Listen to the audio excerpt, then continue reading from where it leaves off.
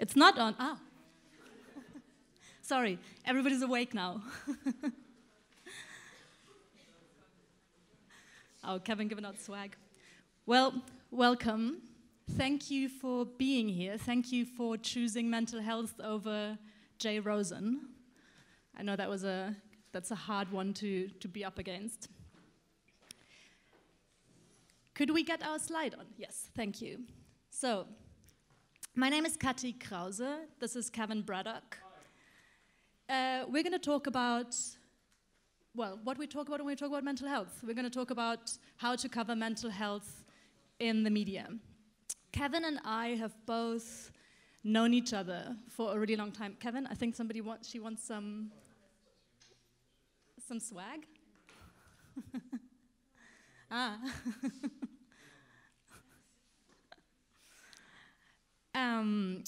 We have known each other for quite a long time. We're both writers, we're both magazine makers, I live in Berlin, Kevin used to live in Berlin, and we've both made magazines together years ago, and then we both had a mental breakdown 1 year apart. And afterwards, we both had to deal with that in our sort of different ways, and interestingly afterwards, because we're both magazine makers, we both started making magazines about that in a way. Different magazines, very different magazines. I'm part of a magazine called Anxy, which is this one. It's made in San Francisco, mostly, so I'm still based in Berlin. I'm the one international editor, but the rest of the team and the founder are in San Francisco. And Kevin makes a magazine called Torchlight. And the reason we're doing this weird thing here, we're like sitting in front, we don't want to sit behind the desk, and we called this a workshop. I know in the program it's called a presentation, but we said we want to be a workshop. Because we feel, if we say like we're going to do a talk or presentation, it feels like we know what we're talking about. And we're not entirely sure we do, see? And the thing is, so today's session is about trying to figure that out. So what we will do short presentations about our magazines, because there's a good chance you don't know them yet and you don't know what we do. And then we will ask each other questions about, how to cover mental health in the media, how to deal with that, how to address certain questions. And we would really like for you all to participate.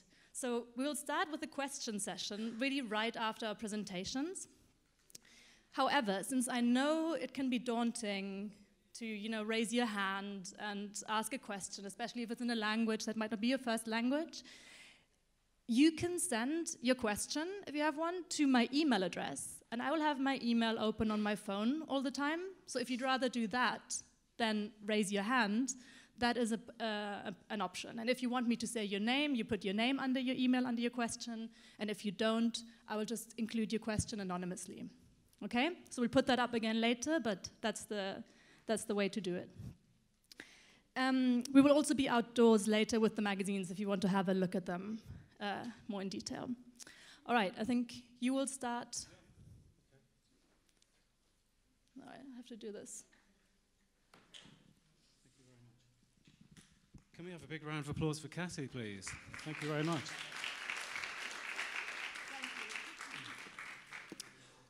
Yes, hi everyone. I must say, personally I'm very grateful to the organisers of the festival for inviting Kati and I here to talk about our respective projects. This is mine. And I have to say also, it's really good to see so many young... Can you hear me? Oh, sorry. It's really good to see so many young people here because we know that these problems, depression, anxiety, mental illness is becoming a really, really big thing for young people, particularly where I come from, the UK, it's like the big trending topic at the moment. People are finally talking about mental health, mental illness, all that kind of thing. So it's really good to see you all. And this guy's got a T-shirt that says, "I know I'm not perfect, but at least I have more fun than you. Take it easy." Come on, stand up and show everyone. Please give him a round of applause. This guy.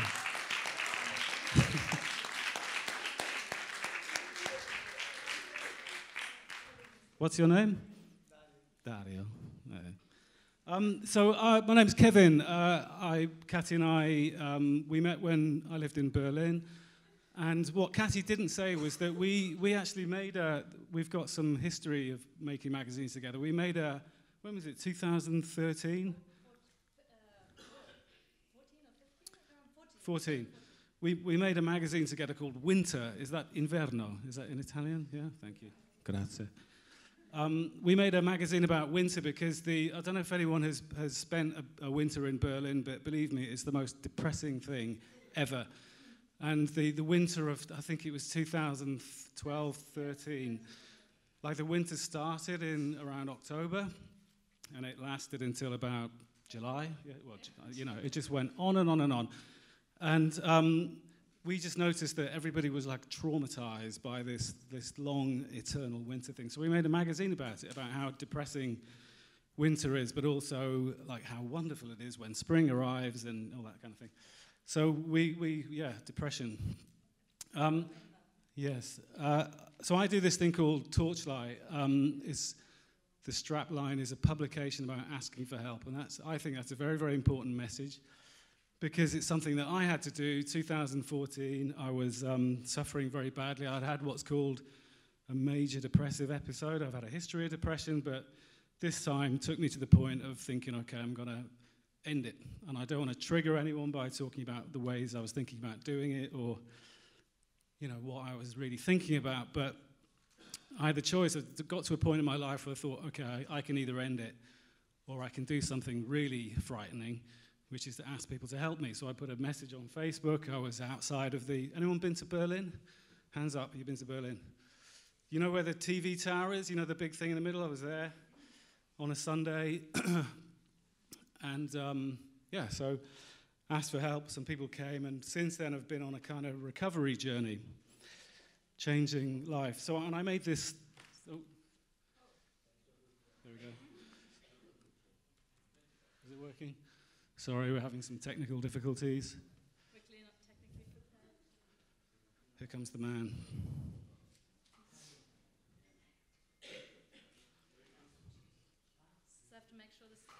There we go. Give this guy a round of applause. Thank you very much. You're a great audience. So I made this thing. It's called Torchlight. It's like it's a story. It's a story about having a breakdown and then coming through it and beginning to get better and going through a recovery process. And Torchlight comes with these. They're called practice cards. And practice cards are like a pack of cards that show 55 suggestions for dealing with anxiety and depression. I'm guessing I'm not the only person in this room who suffers from that kind of thing. And we've been publishing this. We put it out 2017. And I thought rather than tell you about the story that's in the thing, I'd tell you a few things about the story of making it.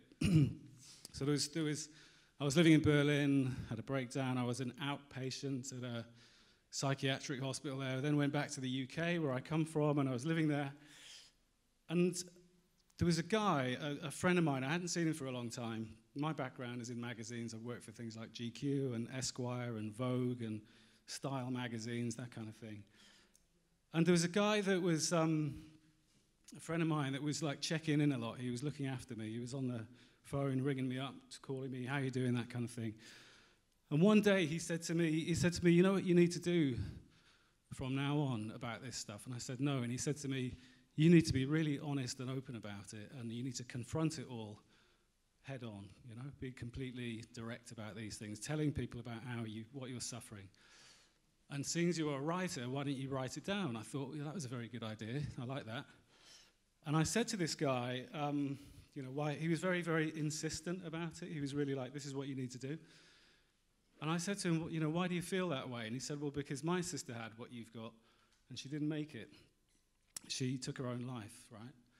And I thought, I don't know about you guys, but whenever somebody tells me the truth, it sort of silences me. You know, I'm just like, okay, that's it. So I started writing, and I started making it, and it took about 2 years to finish this thing, and we put it out last year. And there's a very interesting thing happened when I started to go through life, and, you know, people would often say to me, you know, what have you been doing? And I'd be like, well, I've been a bit ill, you know. And then they'd say, what kind of ill have you been? And I'd say, well, I've had depression, and I had a breakdown. And a lot of them are like, oh, me too. yes, me too, or my brother, or my sister, and it was a bit like, maybe you had this as well, Cathy, a bit like this thing where you feel like you're entering this like secret society. There's like everyone who suffers from this stuff and knows about it and deals with it, and they don't necessarily tell everyone, and then there's the rest of society who seem to be like normal, whatever that is. And after a while, I kind of thought, I kept meeting people and thinking, yeah, this is a really common thing. This is a universal stuff, and it's only probably now that people are beginning to really talk about it. And then, of course, you begin to look at the rest of society and think, well, what's wrong with those guys? Why are you, why aren't you suffering? Anyway, we put it out in 2007, and here's another slide. And then this is me on the cover of the Observer, the English newspaper, the Observer magazine. They rang up and said, could you write a story about this project you're doing and tell us your experience? And I was like, yeah, sure. And they didn't tell me they were going to put it on the cover, but there it was. That came out in August last year, and everything I had, we'd printed about 500 of these, and they sold out within a week. And we sold out of these as well. So last year we ran a crowdfunding campaign to get them back into print. And I think this is the interesting fact for me, is that in the UK at least, suicide is now the biggest single killer of men under the age of 45. I'm 46 now, thank God. But I was 42 when this happened, and it nearly took me down. So I kind of thought, in my life, in my personal life, in my professional life, I need to do something different. I need to get on this thing and stick with it and, do what Cathy's doing with Anxy and talk about these things. So this project, Torchlight, is really about talking about these issues, speaking about it, making things out of it, and getting it out there in the world, So that's it. We're gonna, it's just quickly about the thing itself. It's a bit like a book, and it's a bit like a magazine. I mean, it's a book in the sense that it's just like a single linear narrative, my story of getting to this point and what happened before, and then getting through it and going through the story process. And it's a bit like a magazine. That's my background. I know how to make magazines, and so I thought we'll make something that's an original, strange object that's got art in it and got paintings and photographs and stuff. And please. And so I think now, because this is a journalism conference, this is about media and publishing, I kind of think, and I guess this is something that we will discuss a bit, is I think I have like 3 positions that I genuinely believe about this topic, this media and mental health and mental illness.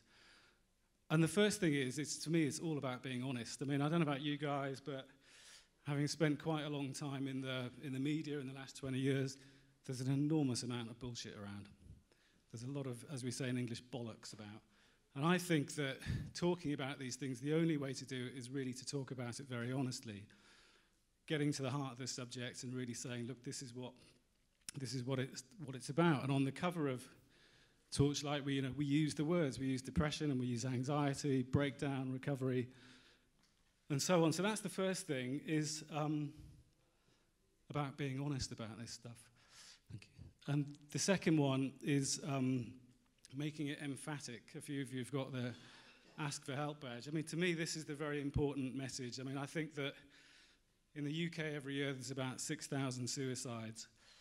And having been at that point when you think, okay, there's a choice, actually there is a choice between doing it and asking for help. But the problem is asking for help. I mean, staring into the void and thinking, if I take one more step that way, game over, lights out, that's the end. That's really frightening. But it's probably even more frightening to say to people, I need help, and say, look, this is what I'm really about. I feel weak, and I feel full of shame, and I'm afraid. And all those things that, that's an even more frightening thing to do. But I think it's the very important message that this really is about ask for help. Am I talking fast? Can you understand me? Good, thank you. Sorry. Thank you. The last thing is that this is a picture of me with Dennis Hopper. Anyone know who Dennis Hopper is? You lot are a bit young. Somebody at the back must. Come on, who's Dennis Hopper? Famous Hollywood actor. This was me with Dennis Hopper about 15 years ago. I used to work for GQ, the men's magazines, and I had to stop working for GQ because I realized it was making me depressed, because I was always trying to be like a GQ guy, you know, with like a watch that cost 100,000 euros and a Ferrari and you know, all that kind of thing. And GQ sets up a very, to me, very artificial idea of what it means to be a man, you know. And I say that because I think that what we need now is new, better, different, original media about these topics, about mental health, mental illness, our inner worlds, as Anxy calls it. And the last thing I wanted to say was that August the 10th, 2014 was the day where everything changed for me, you know? And the day after that was the day that Robin Williams, the famous American comedian actor, he killed himself the next day.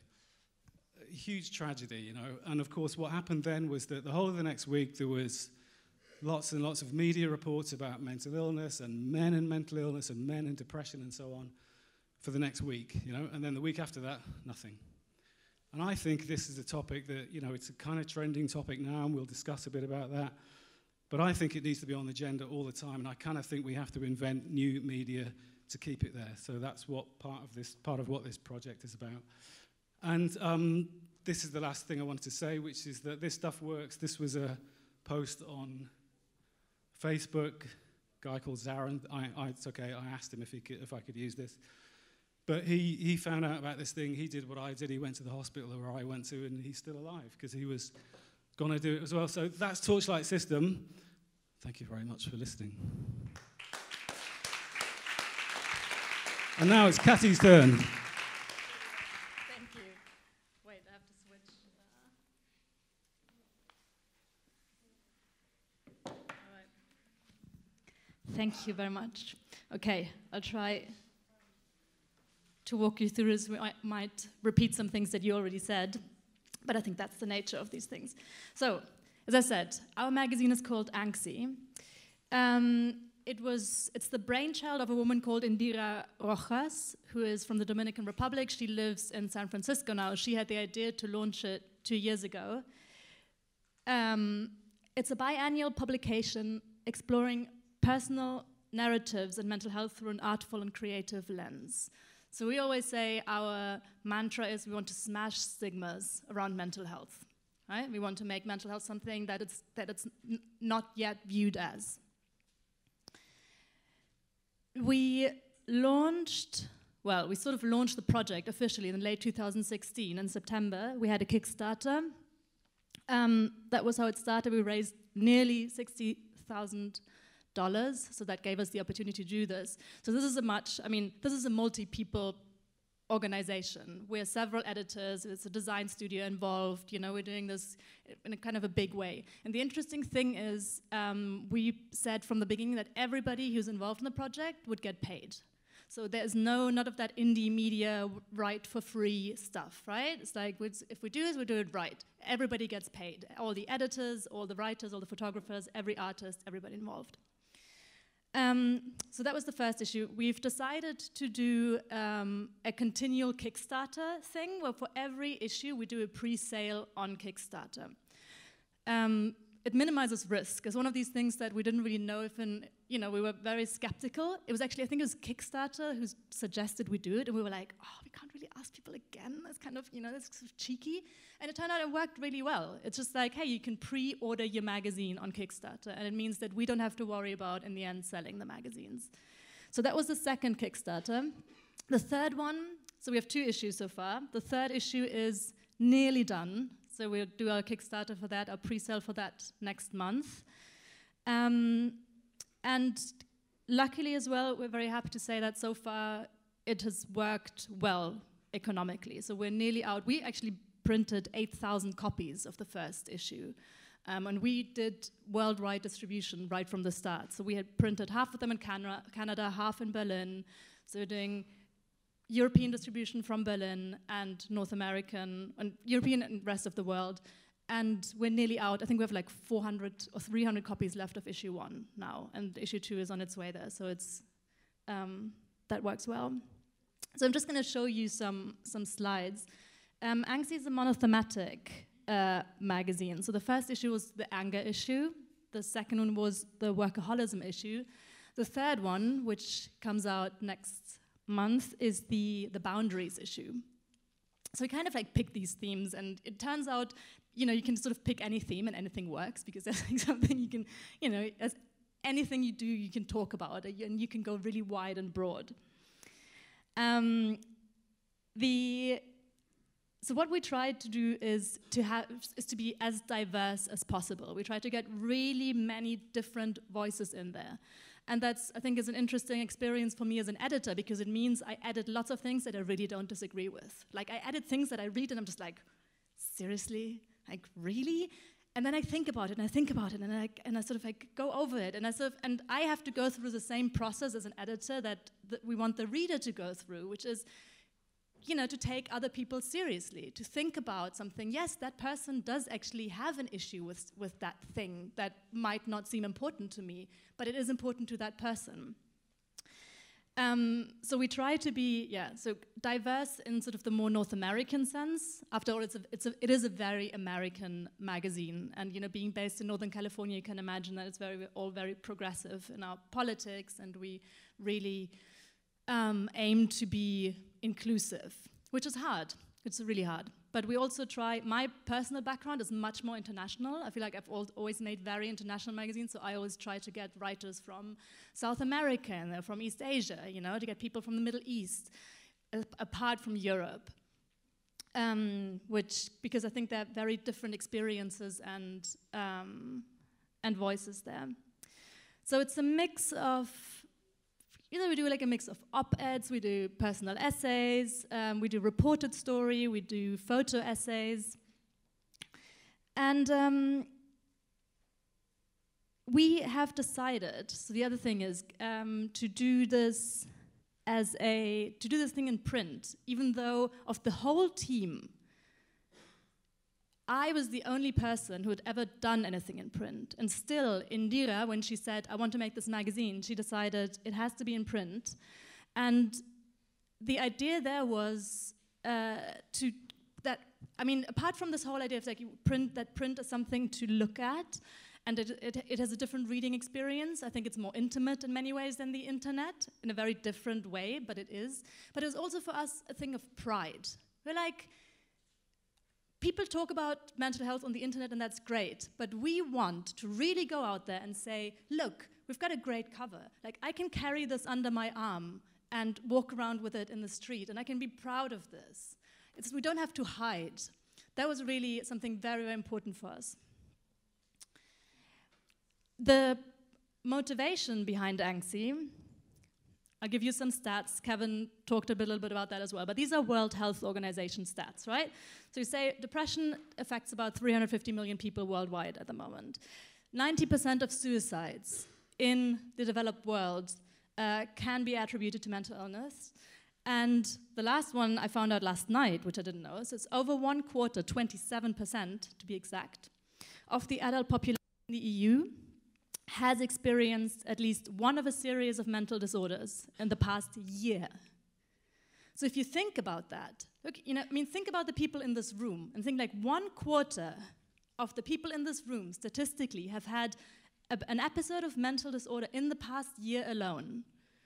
I think once you like visualize this, you realize this is such a ubiquitous thing. This is really something that affects so many people. It's not a niche issue at all. And still, we feel that we still have to hide it, right? It's like it still feels something very private. It still feels something like you don't really want to talk about it. You don't want to appear weak. You don't want to appear vulnerable. And that's sort of our approach that we talk about. We say, this is our inner world, and then we've got this other thing around our inner world. It's how we present ourselves to the world. And we all need this, we have these layers of protection around us, and they're very important. But when they get over important, when we have a tendency to ignore what's inside. And I think that's when the trouble starts, really.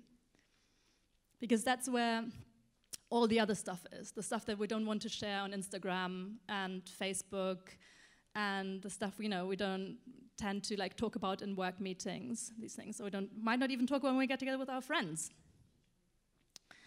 So I know this because I, as Kevin said already, or as I said in the beginning, I suffer from depression as well. Mine started in late 2014. It was probably contagious. So there's one thing, you know how people don't know anything about depression? It feels like we know so little about depression from a medical point of view. It might just turn out that depression is contagious and you gave it to me. Anyway. So I started having to deal with it. Didn't really know how to deal with it, but being a journalist, or writer rather, I feel like sometimes I don't really know if I want to call myself a journalist. Anyway, I noticed this thing as I was going through it, which was that I couldn't use social media anymore. So I was a huge social media user, really started using Facebook in 2015, Twitter in 2018, and then loved Instagram. And suddenly I realized I couldn't use it anymore. So I sort of started, it was this thing, with all these things and with depression, there's so many things going on in your body and you don't understand any of it. But I sort of said, okay, this is the thing I want to investigate. And I started investigating and I wrote about it just as a Medium post, so in late 2015. And then that became a really big story. So, it was picked up by Zeit Online. I've given lots of talks about it since. Here, I've given interviews about it. So I know what it means when you go out and you go in front of people and you talk about your own mental health, right? When you expose yourself like that, in sort of big, on like a big stage, in a sense. And it's a weird thing. I think people deal with this in very different ways. But the other thing I noticed when I did that was that, and that was the thing that Kevin talked about before as well, it's just like the feedback I suddenly got. You have no idea. I mean, when that Medium article and the Zeit Online translation, they were published like 3 weeks apart. My inbox completely burst. It was like Christmas and New Year's, and it was madness, and I didn't really know how to deal with it. So many people emailed me saying, thank you for talking about this. Thank you for writing about it, because I feel like I suffer from the same thing, and I never really understood it, and now I understand, and I'm so glad to see that I'm not alone. And that was a hard thing because you don't know how to deal with all that feedback, right? It's like, whoa, do I have to reply to every single person? I don't know, but it just showed that there is such a need and people are so grateful when you write about that stuff. I've never gotten feedback like that for any other thing that I've written about, ever, So that's also the feedback we've been getting with Anxy. People feel that it gives them a space to talk about certain things that I don't really know how to talk about. And people feel it gives them especially, like, people feel like it gives them a space where they don't have to hide it, where they can do what we want to do, be like, talk about it with a certain self-confidence and pride. And I think what makes Anxy, so I'm going to show some slides just from the workaholism issue. So the one thing that, the editorial approach that's very different in Anxy, in a way we talk about mental health, is that we don't want to fix anybody. And that's what I mean when I talk about we want to approach this thing with a certain self-confidence, right? Anxy is not a psychology magazine. It's not about telling you, okay, you've got this thing, so you have to do that. It's never about that. It's never about well-being. It's never about wellness. It is really about empathy. It's about understanding what goes on in other people, the stuff that we all have to deal with, the burden we all have to carry, and understanding that there are a million different stories that everybody has to deal with. And we want to be the space where people can tell those stories. Sorry, there are too many slides. So, and the reason is because that we feel we've got that quote that's sort of been with us, the Maya Angelou quote, from the beginning when we started thinking about what we want Anxy to be. And we said we want to be a space where people can tell those stories, so people feel comfortable telling those stories. Sometimes we tell them for them, we tell them with them, or we just allow them to tell them, right? But that's it. That's what we want to do. Thank you.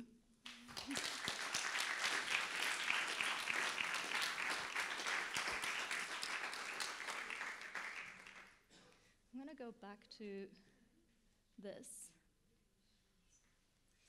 All right, so we said what we would do is we will ask each other questions about how to approach covering mental health, but at any point now, if you have a question or comment, raise your hand. We even allow comments. We're not we're not like it was like you can only ask questions. No, you can do it, you can comment on what we say, or you can send me an email and we will read your question here.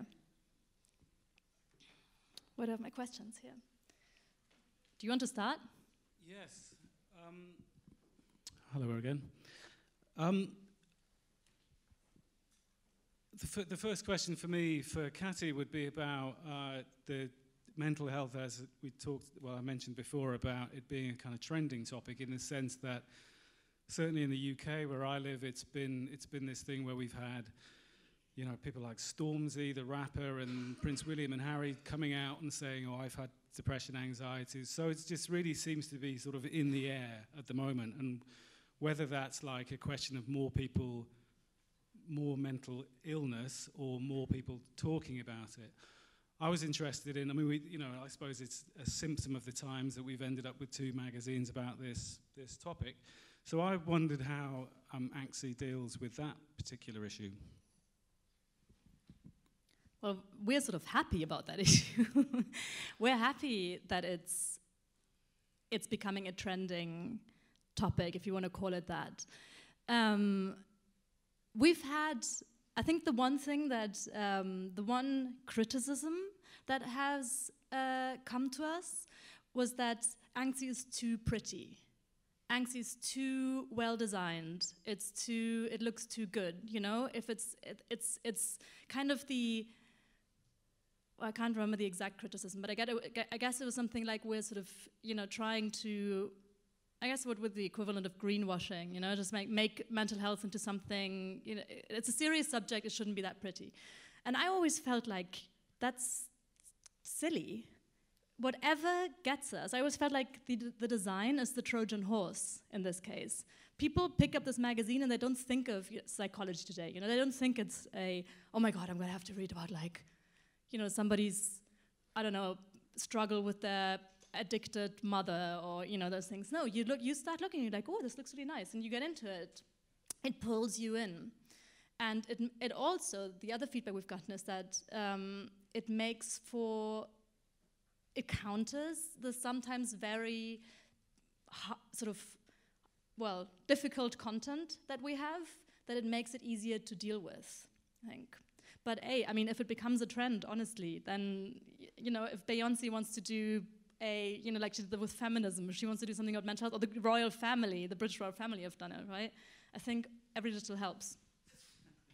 Do you want to pass another one? I don't know, should I ask you? Sorry, we didn't really practice this. Okay. Oh, here we have a question. Great. Or a comment, I don't know, it might be. Hi, my name is Luz. I work for Al Jazeera. I love that you guys took an indie mag approach to this. My background is indie mags as well. I do wonder, and this kind of ties into, you know, what you're saying about the design, like mental health is such a big story. What should it look like in mainstream media? And maybe who's doing really well with this, publications, authors, and who is like really, you know, doing a terrible job with this? Without being negative about it. Yeah, without telling anybody off. Who's doing a really good job with it? I wonder, in the mainstream media. I think the New Yorker does a really, that would be the one that immediately to me springs to mind, because obviously the New Yorker's approach is so much more about allowing people to have their own voice. And that's something interesting in talking about mental health and mental health coverage, because traditionally as journalists, we would tend to approach like any kind of story, you go and report, right? You go and report and you talk to people and you're like, okay, so you have depression, you are this and this and that, and then you get an expert on and like, you know, do it like a whole round story. But I think a lot of the language around mental health is very difficult. And it needs to adapt, it needs to change. So any publication that allows people to tell a story in their own language, It's interesting. So yesterday I was talking to somebody, to an editor who's here for a German newspaper, and he said they're doing a story about people who are terminally ill. And they had the problem, the reporter contacted him and said, oh, but I've got a protagonist for the story, but she doesn't want to use the term, there's a German word which basically means it's todkrank, it means death ill, right? She doesn't want to use that term. And they're like, so how do we do it? And I was like, well, just don't use it. If she doesn't want to apply that term to her own story, then don't do it. And I think the New Yorker allows people to use their own voice in those stories. Do you have one? Yeah, I think it's a really interesting question, and I think that the entire topic is very tokenistic. So this is why, looking at it from the men's magazine point of view, which is kind of my background, then, they'll do, one of them did it the other day. It's like the mental health issue, and let's talk about depression and anxiety, and and it's always very, very tightly framed. It's almost trying to make it an aspirational thing, which, if you're within a frame of making everything aspirational, it's the opposite of aspirational, right? So this is my point of view, that we just need new media, and I kind of think there's not much, there's some very good reporting about it. I think The Guardian in the UK does a very good job of reporting about it. Last year I was famous in the UK for 24 hours for being depressed, which is, it's funny how modern celebrity works, isn't it?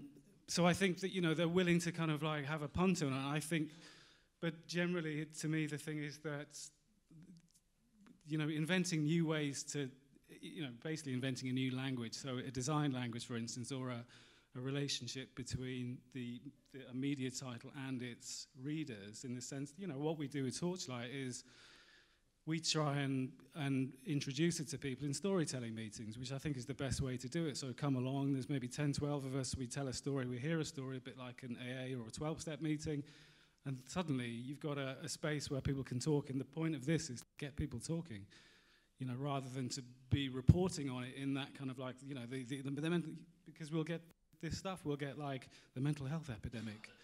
Straight away we're using the language of media and journalism, which a lot of the time is about sensation, and we have to avoid that. That's the dangerous thing that's really important. There was a story, Ruth Jameson, she wrote a kind of critique on AIGA, the American Association of Graphic Artists. They did a post about new media for mental health, and one of the questions, which was a good question, was, aren't you just sensationalizing this stuff? And I was like, well, I don't think so. I can see how people can. To some extent you have to stylize it in order to make it palatable, because otherwise it's tough stuff. It's hard to read. But so you have to package it in such a way that is going to attract people. And I suppose what we do with Torchlight is a different language approach to Anxy, because we're just about, call it by what it is, this is depression, this is anxiety, this is addiction, this is despair. I think that all of these words, you got like, there's a humanistic language and there's a medical language, and the medical, you go and see your doctor, tick, tick, tick, 8 out of 10, it's depression is what you got, take these pills, have that counseling. And I think it's like, well, aren't I just suffering from a bad case of despair, doctor, or I'm just really afraid. And I think that language it's humanistic instead of medical diagnostic. It's a complex area. Thank you for your question. At the back.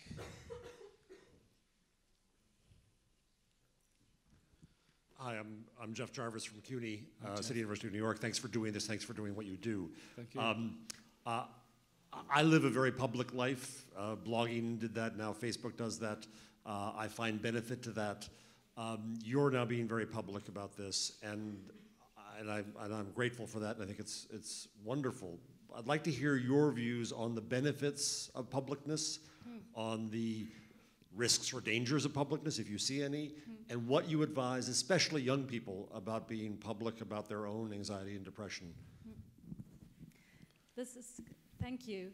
So to, full disclosure, we talked before this talk, we met on the steps out there and briefly talked about this. And after we spoke about this, because Jeff told us about this conference, like a YouTube conference in California, where they always have, it's like the biggest YouTube stars conference, and they always have people who do videos about mental health, and they have a panel about that. And afterwards I thought, that's actually a really interesting question that sort of relates to that a little bit. To me, it's how do you perform mental health publicly and still stay honest, not make it a performance. I think that's really hard. So from my personal, to first get to your question directly, from my personal experience, I have not seen negative repercussions from talking about it publicly.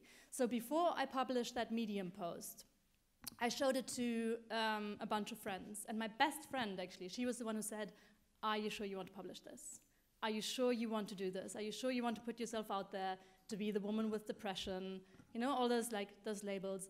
And I spent, I think, 3 weeks or so, really thinking about it. It's like, am I going to do it? And I opened it, and I was like, am I going to publish it?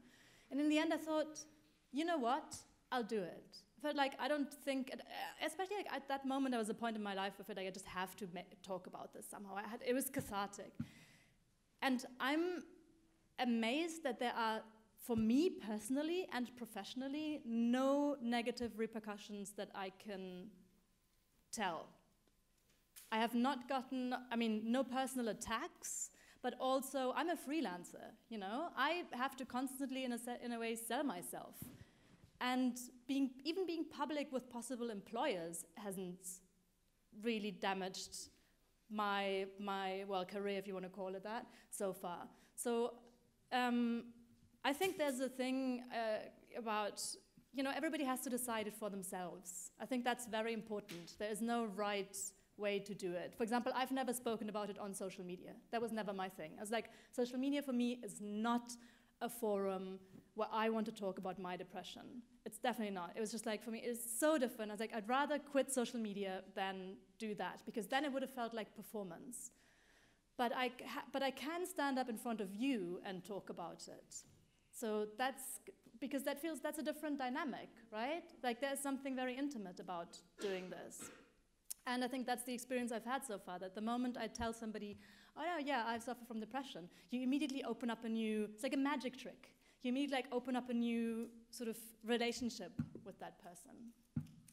Do you want to talk about this a bit as well? I think, thank you for the question, Jeff. I think it's very interesting. I think there are kind of concentric circles of letting people know. And, having been in that deeply, depressed position where I think depression becomes madness when you're thinking about ending your life, that's when it becomes psychotic. And having been there, and then, I was terrified of what people would think, oh my God, they'll think, the vast majority of people were incredibly kind. And subsequently, having gone on to, embark on this stuff publicly, what I found is that you find out who your friends are very quickly. Yeah. Which is that there's a number of people that just can't deal with it, and it's fine. They don't have to, It's like you're not trying to, back to what Katy said before, we're not trying to convert anyone. And we're not saying that everyone should start talking about their mental health publicly. It's more like if people can't or don't want to engage with the topic, then fine, just leave it, But I've found that everyone has to navigate this for themselves. And I think it's a good question about young people. I don't know. I think that's very, very sensitive. Put it this way, when I was the first depressive episode I had, I was 16, and there was no information then. This was a long time ago, I'm an old man.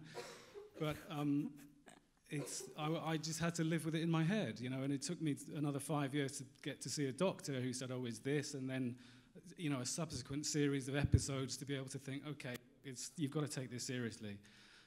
And I think the other thing is, I think it really, a very, very sensitive area is work. And I'm unemployable anyway, but if I was to get a job, the first thing I'd tell them was, look, here's my history, it's up to you, you got to deal with it. If your work is, if you want me to do this thing for you, you need to know this, and if you can't, then we can't work together. It's as simple as that. And I do think that certainly in the UK, corporate culture is changing. There's a lot of interesting talk there about mental health in the workplace because we know that work makes people depressed.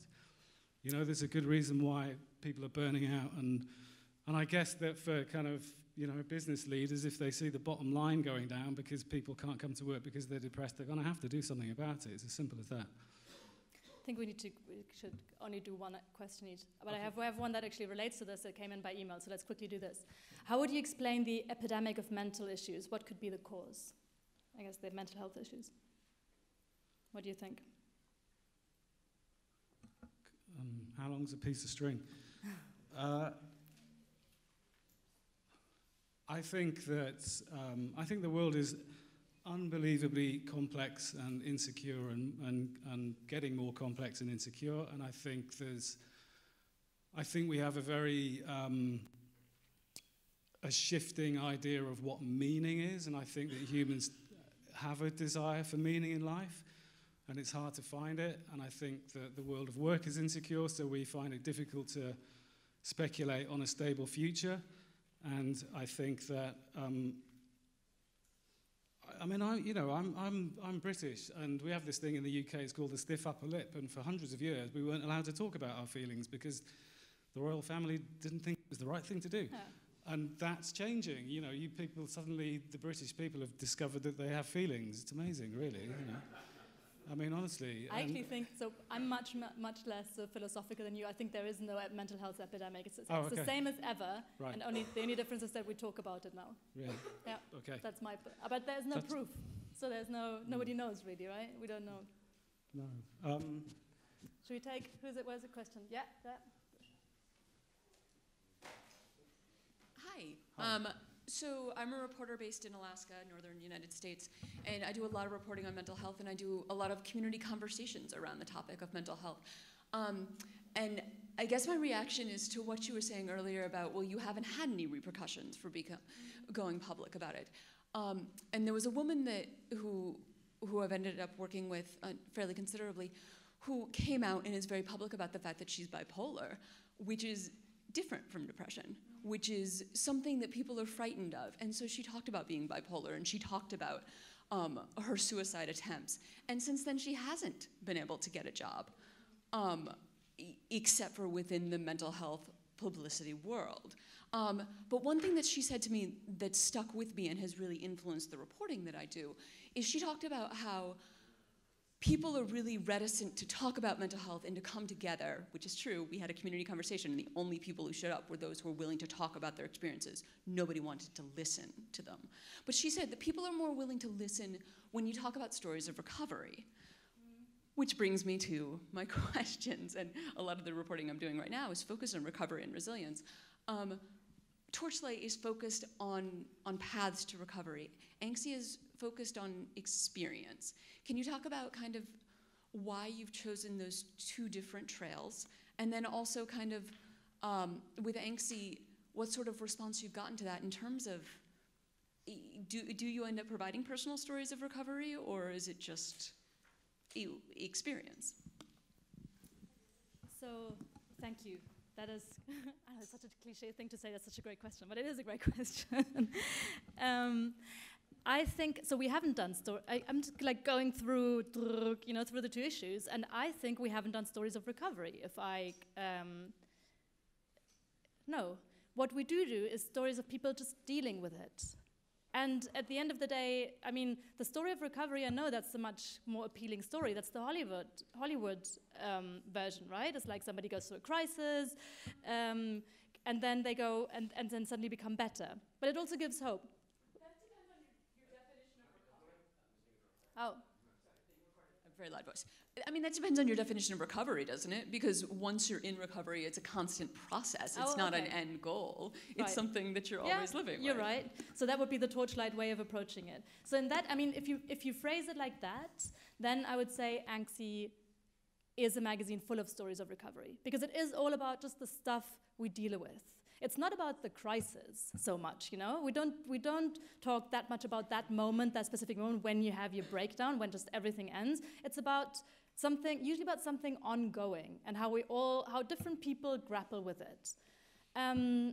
And if that is your definition of social recovery, then that's what Anxy is. And I think in that sense, the feedback we've gotten to that is that it really makes people feel there's hope and there's community. There's hope and there are other people, right? And the hope isn't in everything will get better, but the hope is in I'll manage, because other people manage as well. Yeah, I mean, I think that's a very interesting question. I think that, yeah, recovery is not an event, it's a process, and it carries on forever, and hence we have these practice cards, which is to help people recover. And I suppose the point we call Torchlight storytelling for recovery, in the sense that simply being able to speak, and it's unfortunately, or this person you mentioned has had that experience, but being able to speak about it openly, which I think is a way to create a community, is one really vital thing in, I mean, I think that for the purposes of, defining recovery with Torchlight system, recovery is what happens after you ask for help. That's it. We're not saying, we don't have a 12-step program, we don't have like a codified way of doing it, we just have some basic beliefs about telling your story will help you, practicing, getting up out of bed every day and doing something that's going to assist you. If you can get to a point of functioning, great. It's not about magically turning into Tom Cruise, and thank God. So I think that fundamentally, like, recovery is a social exercise. It only happens with other people, whereas we tend to break down alone. That's the experience that I had. It was just this drama in my head. It was a psychic event rather than an actual, nothing happened. I just felt awful and wanted to kill myself. And then everything else that happened after it was to do with people. And so I think, I think if creating communities is the ultimate thing, really, and it's about social relations, and it's hard because we live in a society where people are atomized now, and we're not really used to reaching out for one another or listening to people, which is that's an interesting exercise. We got 5 minutes. One more maybe, or yeah. Over here. So back there. That's already. Yeah. Oh. If the goal of the magazine isn't to give the reader a solution, what's the goal then? I think it's hope. It's what the hope in the sense that I just said. There's hope in a shared experience. Hope in feeling that other people are going through really difficult things as well, and it's empathy. So that's really the thing for me personally. Is what still amazes me about Anxy is that when I read it, and as I said before, there are experiences in that I feel like, what? Like they're really far away from mine, and it takes. Sorry, oh, Mike. Okay, and it takes some effort to really get into that. But you suddenly see people differently, and I think that's a very valuable thing. I think it's just about identification. It's as simple as that. If you can read a story that you think, oh, I'm not alone, that's the goal. I mean, I don't think it necessarily needs a goal anyway, but I think that's a really good outcome. All right. Should we? Last one. One more. Okay. He's chosen it for us. Sorry. Thanks. Hi. I just wanted to ask, because as an Italian, what I notice is that in Italy, sometimes mental health is not ignored or dismissed. It's just people don't know about it. So when the signs are showing, other people are just not noticing them. So I don't really know what would you say is a way to start a conversation, to present a topic for the first time, and maybe prevent the stereotypes that might be formed before start talking about it? Because I don't really know what would the reaction be, because no one really talks about it. So, and thank you for talking about it in Italy, by the way. I mean, it sounds like a great experiment, and I think you should start. I mean, I don't know how. I mean, we've set up media platforms and projects about it, and everything we said earlier about there's a risk and a consequence to these things. Hello. But to me, that's a very interesting learning. About who responds and how they respond, and I guess one thing that Katy and I are very conscious of, we're not therapists and counselors, so we get people coming to, I've had this a lot with Torchlight, I really loved your story, and this reminded me of what happened to me, but, And I'm like, I'm not a therapist, and we're very clear about that, you know. We're about listening, storytelling, talking. I can connect with you, and I'm glad that you've identified, because this stuff is common. This is everywhere, you know, and I think that's the great outcome. But, you know, you'll find out. That's what I'd say. You'll find out what happens, and there'll be some amazing things come from it, I'm sure of it. I have nothing to add to that. I have Just nothing to add to that. Thank you very much. You were a lot more involved than we could hope for. So thank you.